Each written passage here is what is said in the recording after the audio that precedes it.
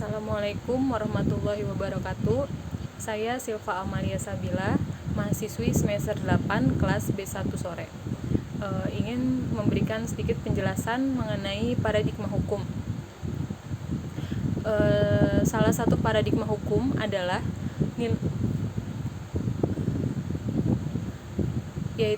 yaitu suatu perspektif dasar yang membawa pada kebutuhan untuk melihat hukum sebagai institusi yang mengekspresikan paradigma tersebut yang tidak dapat diabaikan tanpa mengalami gangguan dalam pemahaman mengenai hukum. Karena dengan mengetahui paradigma yang ada di belakang hukum, maka dapat memahami hukum lebih baik daripada tidak mengetahui paradigma hukum tersebut. Di sini ada beberapa paradigma hukum. Yang pertama, hukum sebagai nilai. Yang kedua, hukum sebagai ideologi. Yang ketiga, hukum sebagai institusi. Yang keempat, hukum sebagai rekayasa sosial. Yang pertama, hukum sebagai nilai. Salah satu paradigma hukum adalah nilai, sehingga hukum dapat dilihat sebagai sosok nilai, yaitu sebagai perwujudan nilai-nilai yang mengandung arti bahwa kehadiran hukum adalah untuk melindungi dan memajukan nilai-nilai yang dijunjung tinggi oleh masyarakat. Hukum sendiri bukan merupakan institusi yang kosong moral atau steril terhadap moral, di mana salah satu perbincangan mengenai hukum adalah tuntutan agar hukum dapat memberikan keadilan, sehingga eksistensi dan kemampuan hukum dapat diukur dari seberapa jauh hukum telah mewujudkan keadilan. Yang kedua, ada hukum sebagai ideologi. Hukum sebagai lembaga normatif adalah bagian dari proses sosial yang lebih besar dan merupakan penekanan dari hubungan-hubungan yang berlangsung dalam masyarakat.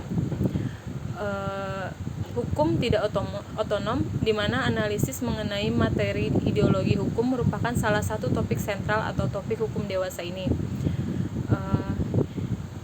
Menurut Marx, bahwa ideologi merupakan suatu kompleks pendapat atau pernyataan dalam bentuk suatu pemihakan kepada nilai-nilai tertentu mengenai pernyataan yang dipegang oleh suatu golongan yang berkuasa, yang dalam analisis tersebut hukum mencerminkan ideologi kaum borjuis.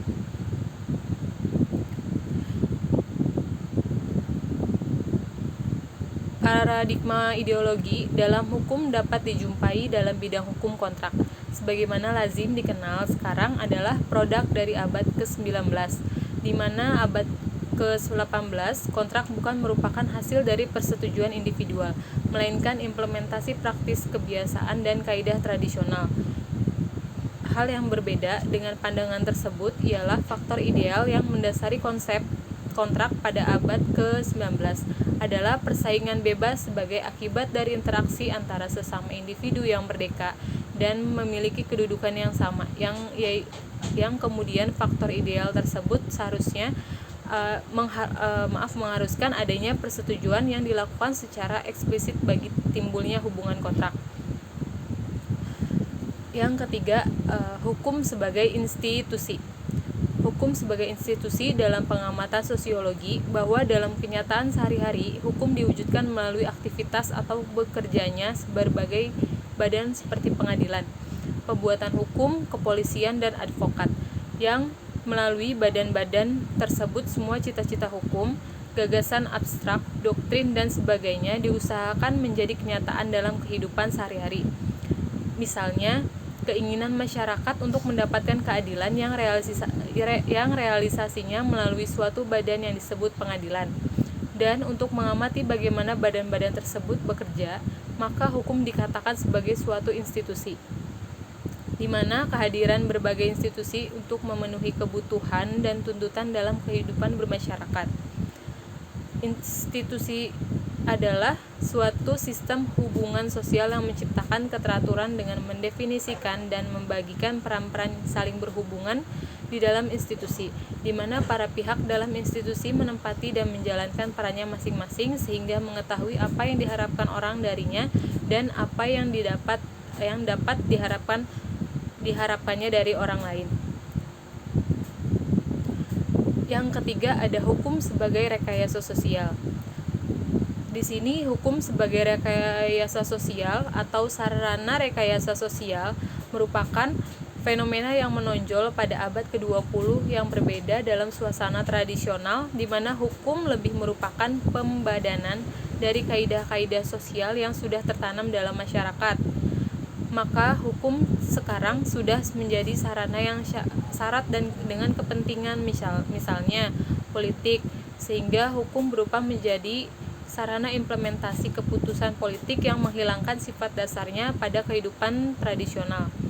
Hal tersebut dapat dilihat dewasa ini, hukum tidak lagi melihat ke belakang, melainkan ke depan dengan cara melakukan perubahan terhadap keadaan kini menuju kepada masa depan yang dicita-citakan. Sehingga hukum tidak lagi mempertahankan status quo, melainkan hukum banyak melakukan perubahan sosial. Hukum sebagai sarana rekayasa sosial yang dipelopori oleh Roscoe pada tahun 1912 dengan mengemukakan gagasan yang kemudian dikenal dengan aliran hukum sosiologis yang apabila ditempatkan pada latar belakang suasana studi hukum pada waktu itu. Makna sosiologisnya terlihat pada sifat-sifat berikut ini, yaitu lebih diarahkan kepada bekerjanya hukum daripada isinya yang abstrak. Memandang hukum sebagai lembaga sosial yang dapat dikembangkan melalui usaha manusia dan menganggap sebagai kewajiban mereka untuk mengemukakan cara-cara terbaik dalam memajukan dan mengarahkan usaha yang sedemikian itu. Lebih menekankan pada tujuan-tujuan sosial yang dilayani oleh hukum daripada sanksinya. Menekankan bahwa aturan-aturan hukum itu harus lebih dipandang sebagai pedoman untuk mencapai hasil-hasil yang dianggap adil oleh masyarakat daripada sebagai kerangka yang kaku. Hukum sebagai rekayasa sosial. Penggunaan hukum sebagai sarana rekayasa sosial membawa kita kepada penelitian mengenai kaitan antara pembuatan hukum atau cara-cara yang dilakukan oleh hukum dengan hasil atau akibat yang di kemudian hari muncul. Langkah-langkah dalam rekayasa sosial ini diawali dengan mendeskripsikan situasi yang dihadapkan dengan baik, kemudian melakukan analisis terhadap penilaian mengenai situasi tersebut dan menentukan jenjang penyusunannya. Selanjutnya, melakukan verifikasi hipotesa dan kemudian melakukan pengukuran efek hukum yang dibuat. Mengkaji penggunaan hukum untuk merekayasa masyarakat juga akan membawa pada pembahasan tentang kemampuan dan batas-batas kemampuan hukum untuk melakukan rekayasa tersebut. Beranjak dari kajian sosiologi, maka tindakan-tindakan yang dilakukan dengan sengaja tidak selalu mampu mengidentifikasikan dengan baik dan tuntas semua fungsi yang ada pada sarana yang dipakai untuk melakukan tindakan rekayasa tersebut. Pada paradigma rekayasa sosial ini menekankan pada efektivitas hukum yang umumnya diabaikan pada studi hukum tradisional, yang lebih menekankan pada struktur dan konsistensi rasional.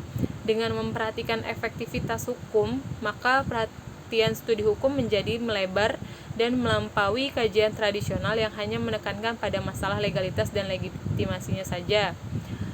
Sekian penjabaran tentang paradigma hukum. Wassalamualaikum warahmatullahi wabarakatuh.